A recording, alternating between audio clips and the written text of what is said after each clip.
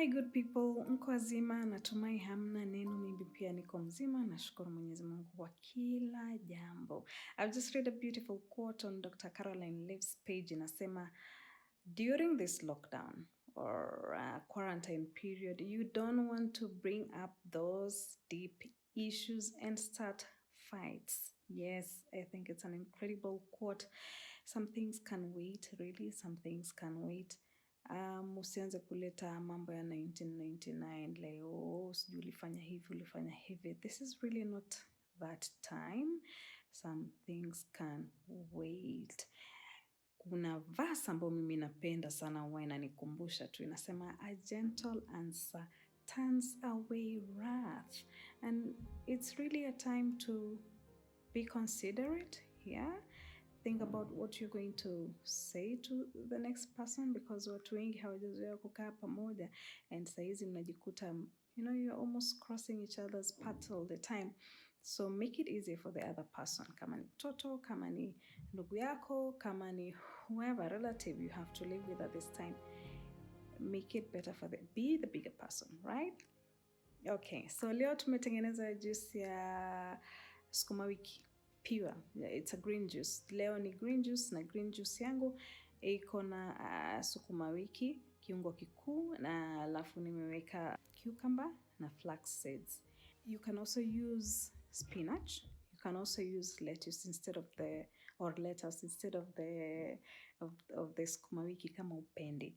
Na umuhimu wa hii green juice or green leafy vegetables huwa inasaidia sana kwa blood flow, increase enzymes in the liver, which basically means ina detoxify system yako na kuiweka wazi kuweza kutoa uchafu tumboni. Kumbuka kwamba uchafu tumboni ndio mwanzo wa magonjwa mengi tu katika mwili wako. Kwa hiyo it's very important to make sure that you have a clean and cleaner system. All right. Okay. So leo ningependa tuzungumzie jambo fulani ambalo tuseme linanikera kiasi. I'd like to say this. Wakati huu especially, kuwa mwangalifu lakini usifadhaike. Don't overburden yourself. Don't overstress yourself.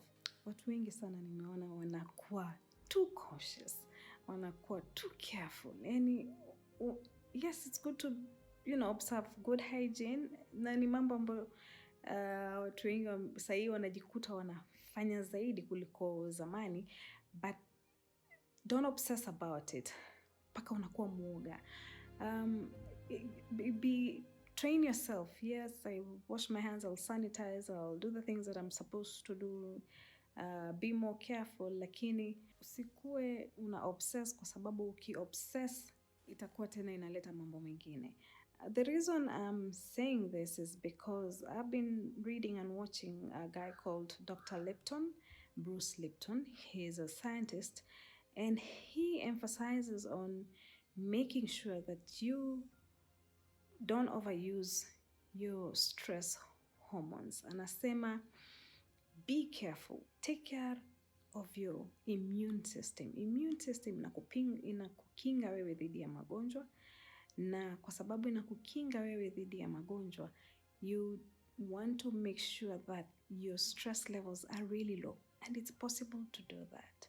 Nasema njia moja muhimu ambayo mimi nafuatilia sana ni watch what I'm thinking about. What is occupying your mind 24/7, especially now? I'm not saying ignore what's happening, but you can reduce even the number of times you're watching these things. Kuna mambo mengi tunarushiwa, kuna mambo mengi ukitizama WhatsApp, kuna groups ambazo mimi mwenyewe nimehave kutoka, kwa sababu it's too much, and I don't want to clog my system with too much information, and information that may not entirely be useful to me. You don't have to know everything. Number one, mimi I keep saying that I don't have to know everything. No, I'll know what's important, and I'll choose. I will filter what comes in. Filter. Use your filter. We all have a filter in our systems, in our mind.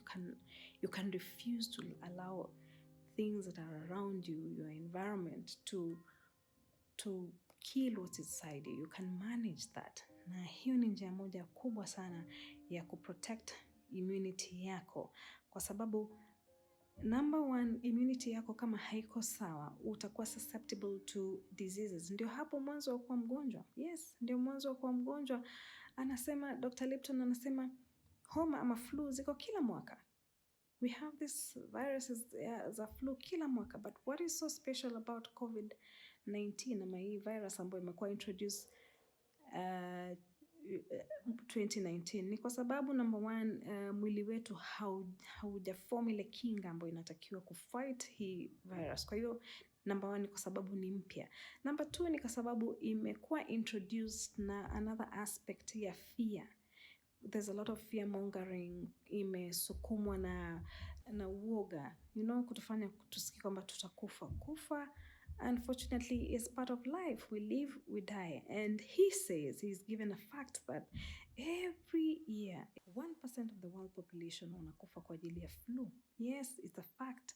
So he says hatujakaribia hata hiyo 1% since COVID-19 ilipotangazwa, lakini inaonekana kuna nia tofauti ama nia 2 ama 3 zaidi ya virusi hivi vya flu ya COVID-19 kukuwa introduced duniani. And that, I don't want to dwell on that, but the most important thing ambayo tunaweza kufanya is what is within our own control, na hiyo ni kuzuia kuto-stress system yako, kwa sababu if you're too stressed, if you are constantly thinking about nitakufa, nitashikwa na flu, ndivyo ambavyo itakushika. As a man thinketh, so is he. Utafikiria sana kuhusu ule ugonjwa mpaka utauona, utaanza kusikia unaumwa na kichwa, unasikia mwili umefungana, unasikia because umewita lile wazo ambalo lina consume mind yako kila wakati ndilo ambalo unaliona.